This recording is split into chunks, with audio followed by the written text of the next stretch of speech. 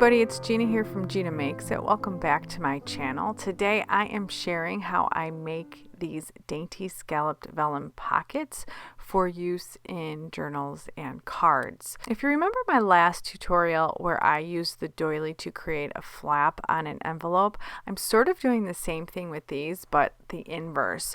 I was thinking about those envelopes and I was thinking about how I wished I had some sort of like a dainty feminine pocket to put these Mother's Day journaling cards or motherhood journaling cards into, because I knew that I wanted to turn one into a card for my mom, but I didn't really have anything to put it into, and I didn't want to camouflage it inside of a white like solid envelope. So I thought, I have all this vellum, I think I'm going to try and make some sort of an envelope or a pocket. And then I started thinking and I was like, I wonder what would happen if I flipped the doily upside down and used it as a template in the opposite direction. And it worked beautifully. These little pockets are just my favorite right now. I can't stop making them. I make 4 in this video, just 4 different sizes. And you can see I just trimmed down some vellum, and now I'm taking the bottom part of my doily and I'm just tracing it gently with a pencil. And then I'm going to just cut this little area out, and I'm not going to cut exactly on the line because I don't want the remnants of the pencil on the vellum itself. So I'm just trying to go a little bit below, as if you were fussy cutting something and you want to leave like a little border. That's what I'm doing here. And I'm going to do this 3 more times for 3 additional pockets.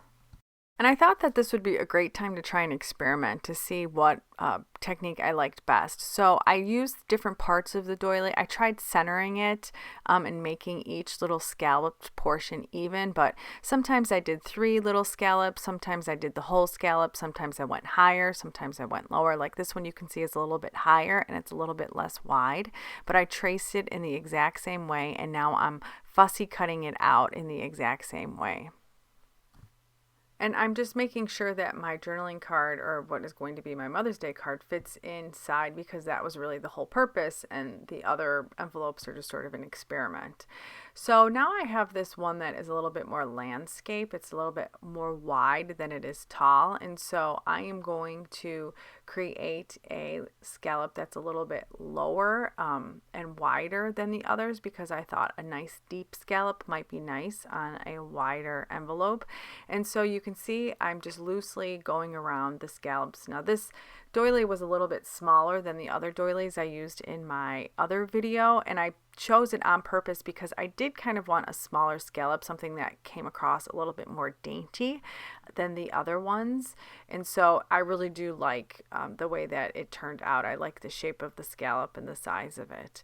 So I should mention that if you're creating this pocket to fit something, you should definitely measure it. And I would create about a 1/2 inch gutter on each side, so it would be about a 1/2 inch wider on each side, so a full inch, so your piece of paper or whatever you're putting inside of your pocket fits. Because after you do your sewing or your gluing or however it is that you're going to attach the pocket sides together, you're going to have less room. So you don't want to make it the exact size. You want to definitely make it about a 1/2 inch, 1/4 to a 1/2 inch bigger. So I took it to my sewing machine, and here is all of my sewing, and I really did some experimenting there. I sewed around the scallop, the bottom portion. I changed the stitch length on some of them. I double stitched on some. I added an embroidery stitch on other areas, and I really like the way that they all turned out. There's not one that is like a clear winner to me. And so this is just a perfect example of how you can get super, super creative making these pockets, and you can make them all look different. But I have to warn you, sewing on vellum is a little bit like sewing on silk. It is it moves all over the place, and it's not as easy as sewing on just regular paper. It is a little bit more slippery, but it's manageable and it's doable. Here's where I added those special embroidery stitches to the pockets. If you have a sewing machine that's capable of doing this, I highly recommend it. You can see this is the one that I created, that deep wide scallop on, and I'm trimming the top because I didn't like the way that that back was peeking over. I kind of wanted it all to be even. So I'm just trimming that back portion so it's an even little pocket. And since they worked, I thought, well, I might as well keep going and decorate one pocket like I wanted to do for Mother's Day. And so I printed out some avocado dyed paper that is in my Dear Mother vintage journal kit, and I'm just trimming it up, and I'm going to line the back side of this journaling card so I can do some writing, like write a message on the back of it.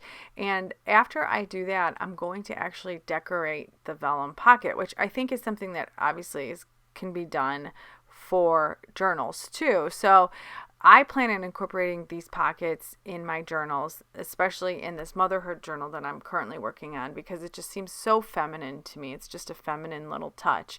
But in some instances, I'll just leave it plain vellum, and in other instances, I will definitely decorate it the way that I'm about to with this one. And so if you watched my last junk journal with me video, there's one section that I wrap this page in this lace, and I just love this lace. I can't get this lace off my mind.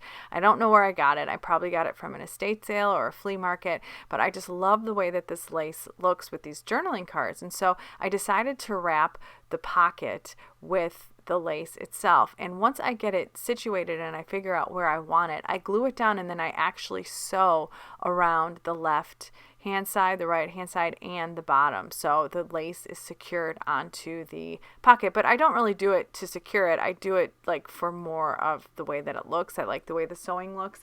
And if you're wondering what color thread I've used, I'm using like a really dusty pink. This is the same thread that I used to sew my daughter's point shoes. So if you think of like ballet slippers, that's the color of this thread. And I thought that it went quite well. You could do a tone on tone. I mean, quite honestly, you could do any color you want, but there seems to be a lot of pinky tones in what I'm doing lately, and so I just thought that I would use that thread.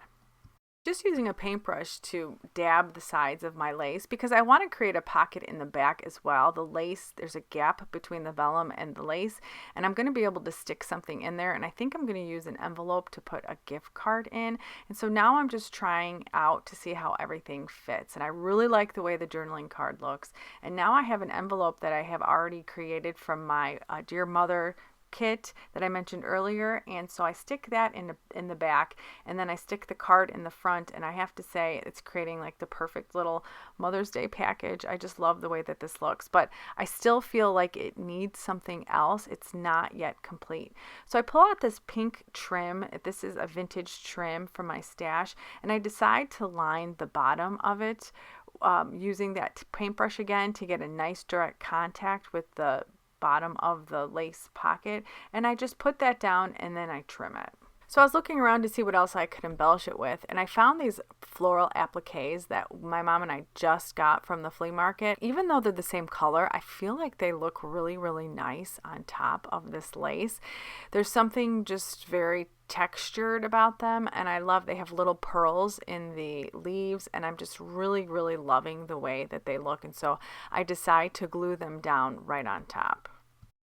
I add this piece of paper inside of the lace pocket because I don't want to glue it down to the vellum. I want to create a nice clear pocket.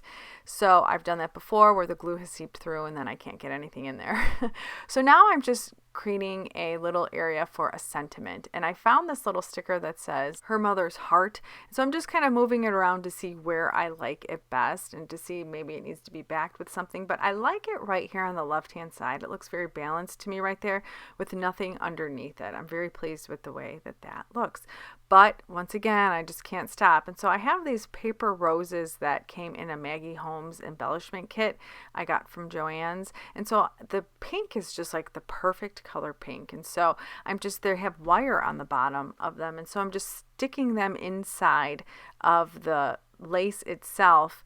And then I glue them down once I get the two situated where I want. And that's going to put the final touches on this little vellum pocket that is perfect for a little Mother's Day surprise. I hope that I've inspired you to make your own vellum pockets. They are just the sweetest little things, and I swear it's going to be the sweetest addition to many, many journals and projects moving forward. And they're easy. That's like the best part of it, is that they're super, super easy. And they're really fun to decorate, super fun to decorate. It gets you to play around with all sorts of textures and textiles. It reacquaints you with what you have in your stash, and hopefully it helps you use some of it up, because I know that I have a tendency to hoard things and not use them, but this is the perfect reason to use all of those beautiful vintage laces and trims and all of that good stuff. As always, thank you for coming along on this journey with me and for supporting my channel. I will see you on Thursday for part 3 of the basics of junk journaling, and then again on Sunday for the next episode of Junk Journal with me. I'll see you next time.